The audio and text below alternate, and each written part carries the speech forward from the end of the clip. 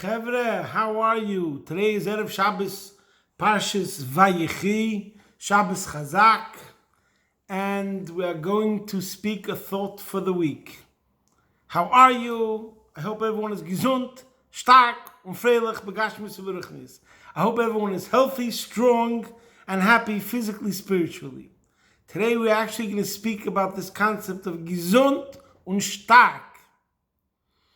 But first we'll start with a posuk from the Rebbe's Kapitel, posuk Samach Beis, Kapitel Kuf Yutes. Chatzeis Laila Okum Lohoidis Lach Al Mishpatei Tzidkecha. David HaMelech says, at midnight I rise to thank you for your righteous judgments. And over here maybe you could say Pshat.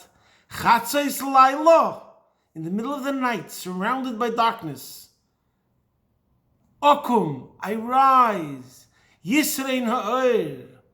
Not only I survive, not only I'm present, I actually rise from the Chatzos Laila. And what do? Lahoidos lach, to sing.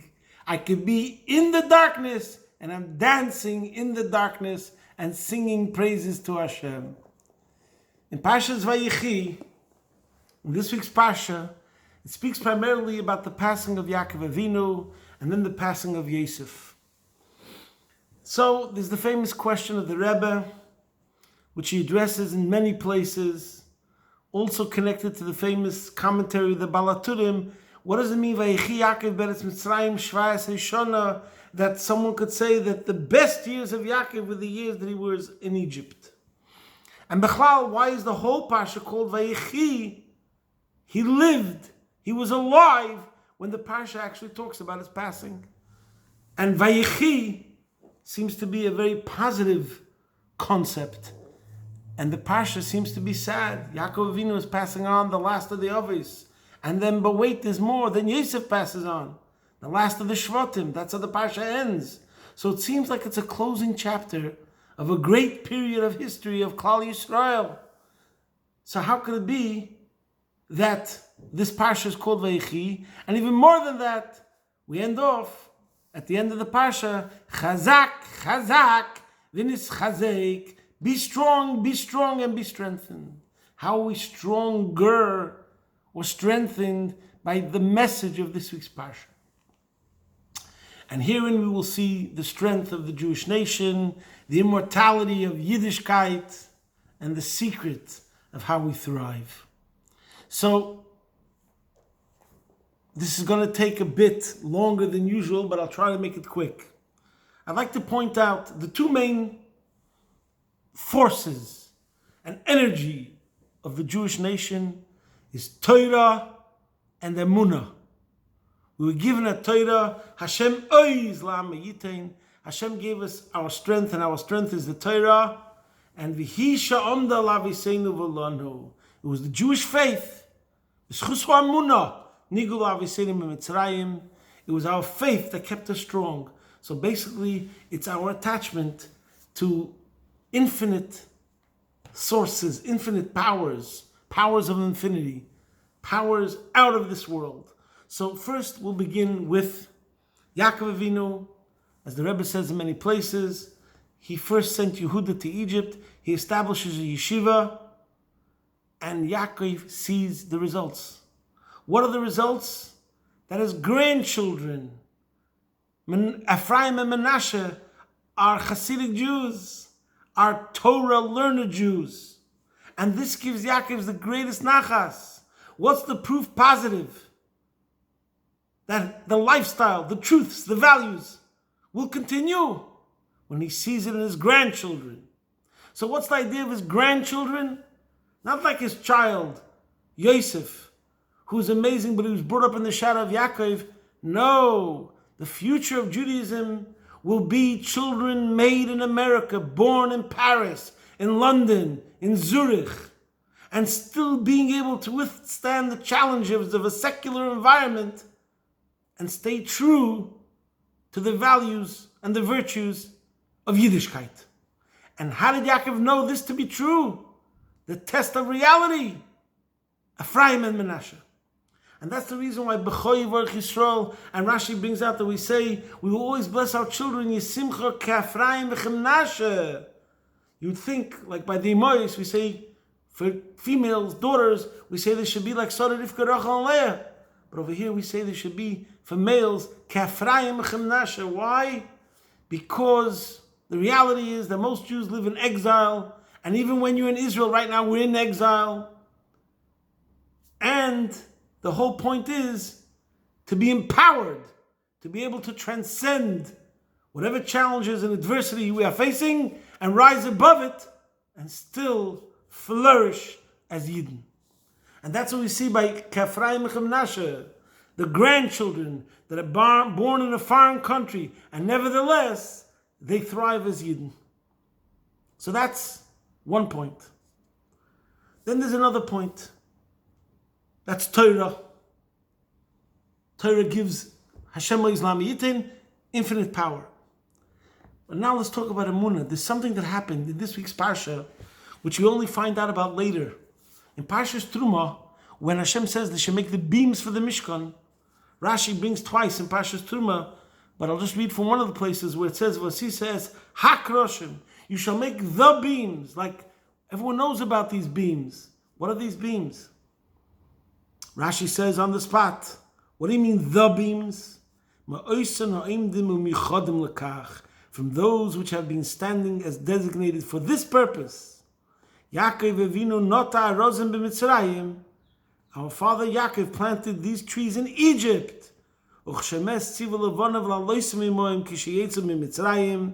he was passing on, he commanded his sons to take them up with them when they would depart from Egypt. He told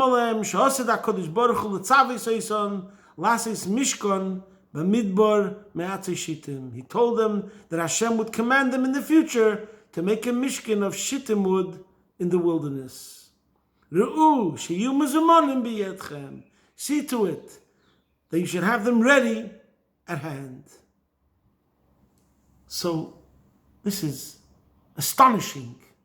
Yaakov Avinu is passing away in Egypt. He tells them to plant trees. These trees are going to be ready that when you go out of Egypt in hundreds of years from now, and being in concentration camp Pisem and Ramses for 200 years plus. So one day will come and you'll be redeemed. Take these trees with you, because they are going to be the structure from which the Mishkan will be built. And the Yidden had their emunah. They still didn't get this command. They were in the concentration camp in exile, and they were living with this faith, the Hisha Omda. And they had the living proof, these trees. That was a commandment of Yaakov, because of a promise that one day you will be redeemed, and you should take them with you, because this will be the basis of the Mishkan. And they live with this faith for hundreds of years. That's Yaakov. And then Yosef, before he passes on, what does Yosef say? Yosef says, "Velikim poke yifkei deschem v'hala eschem in oretz hazois el oretz asher nizbel Avram Yitzchak v'Yaakov." In the end of the parsha, it finishes off that Yosef tells them, Hashem will remember you and take you out of this land to Eretz Yisrael. And then he repeats it right after that in the next pasuk. Pokoi yifkei delikim eschem. He said, Hashem will remember you. So the Yidden, his children, his grandchildren, his great-grandchildren, his great-great-great-grandchildren lived with these words, Pokoid yifkoid elikim eschem, that Hashem will remember you. And this is also part of the faith that they had for centuries, that they would be redeemed. And as a matter of fact, later, when Moshe Rabbeinu was told that he would be the Redeemer, and Hashem appeared to him by the burning bush, Hashem told him that he should say the words, Pokoid pokadati eschem. That was the code. That was the message. That was the language of redemption. And then the Yidden that were all enslaved said, oh, the Redeemer has arrived. Hashem is going to take us out of Egypt. So it was this faith. They had the trees from Yaakov, and they lived with that faith. And they also lived with the faith based on Pokoid Yifked Elikim Eschem. And that whatever life was in Egypt, this wasn't what it really was about. So let's recap. I forgot one point, talking about Ephraim. Hifrani elikim beretz onyi.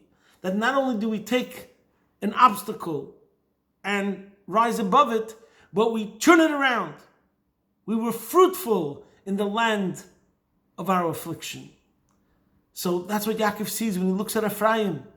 He sees that prophet, the Yisrei Na'ir, the Chatzayis Laila Okum, how we can rise from the negativity.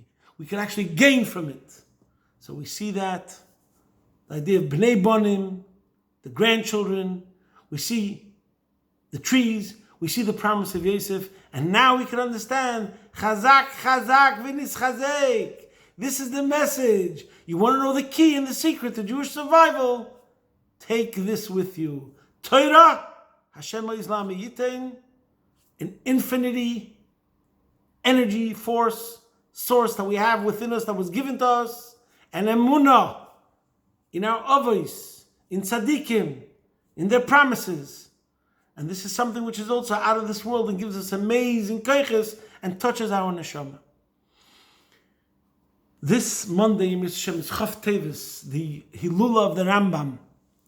And I think it's important to talk about the Rambam a bit, because he really personifies this concept. The Rambam, if I may say so, I think maybe he's the first global tzaddik, the first global rabbi. What he achieved in his lifetime doesn't seem possible for a mortal. He was born in Spain. He lived in Morocco. He lived in Egypt. He was the personal physician of the Sultan. So he was a man like Menashe and Ephraim, born in Egypt, so to speak. He's a tzaddik, Yesod Olam, that's born in a cosmopolitan city. And nevertheless, he has super spiritual energies. And he rises above it. And what does he do? He becomes a tremendous instrument of empowerment. First of all, he was a doctor. He's a healer. He heals others. Secondly, in his Svarim that he wrote, we'll give 3 examples. The Mishnah Torah, the Moira Nevuchim, and his famous letter, Igeres Teman. All these are examples of how he reaches out to others without any limitations to what sort of Jew you are, and empowers them. Whether it's the Mishnah Torah that he writes in his introduction, it's kikotten kegodel. He says, my intention in writing this sefer, this code of Jewish law that contained the entire Torah, his target audience is every single Jew. Wow. Kikotten kegodel. Equally, a child and an adult. He's here to help them, to make the entire Torah more accessible. Then there's the Moira Nevuchim, the guide to the perplexed. There was a problem, a terrible danger. Greek philosophy, from Plato, Aristotle, and Socrates, had pervaded minds of Jewish youth, of Jewish adults, of Jewish thinking people. So he was the first one to really address it in a major way. And that was his sefer, Moira Nevuchim. And then there was Igeres Teman, Yemen. It was a letter to the Yemenite Jewish community that had gone through a terrible phase of conversion. And there was a danger to all the people there. And there was a question of how to look at it. And the Rambam writes a letter of encouragement and support and looking at everything in a positive way. So we see the same thread. The Rambam is an instrument of empowerment to Jews that are living in exile, to all sorts of Jews, and in any situation and whatever environment. I'd like to finish off with the story of the Rebbe, which this is a story, I would have to say, it goes under the category of the top 10 stories of the Rebbe. It is so essential. And it lends itself to many levels of interpretation. And it is so powerful. And that is that in Yud Beis Kislev, Tofresh Tzadik Gimel, which means around December 1932, the Frierdiker Rebbe was in Riga. He lived in Riga, which was the capital of Latvia. And in the morning of Yud Beis Kislev, he walked over to his son-in-law, our Rebbe, and he says, give me a kiss for today's vision. The Rebbe was flustered. He didn't know where to kiss him. Anyways, he kissed the Frierdiker Rebbe on the cheek, following the instruction of his father-in-law, the Rebbe. And then he said, the Frierdiker Rebbe explained the vision that he had the night before. The Frierdiker Rebbe was in his bed. His father, the Rebbe Rashab, came to him in a vision. And he told him, Was bist du zerbrochen? Bei dir in Stub ist lichtig bei Nacht. Why are you broken? Like down. By you, in your home, it's illuminated in the middle of the night. It's light. Frierdiker Rebbe told his son-in-law, the Rebbe, I immediately woke up and I noticed the moonlight coming into my room. But then I thought, no, that's not it. That wouldn't be what my father meant. So I got out of bed and I walked down through the house. I came to the study and I saw you there learning. So basically, the Frierdiker Rebbe was telling his son-in-law that his father had come to him and told him that the Rebbe learning in the house in the middle of the night is the meaning that there's light. Now, this story is beyond words. The Rebbe Rashab is like the Rebbe's grandfather. The Rebbe Rashab's granddaughter, the Frierdiker Rebbe's daughter, married the Rebbe.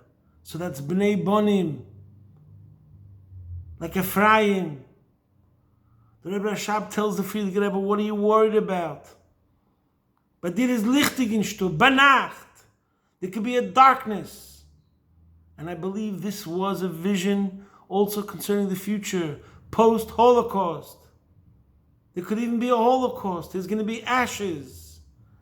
But there's one in the future, Bnei Bonim, who will rise. Chatzais Laila Okum. Despite all the trials, the tribulations, and the sufferings that the Jewish people will have to endure, nevertheless, Badir is lichtig in Stub.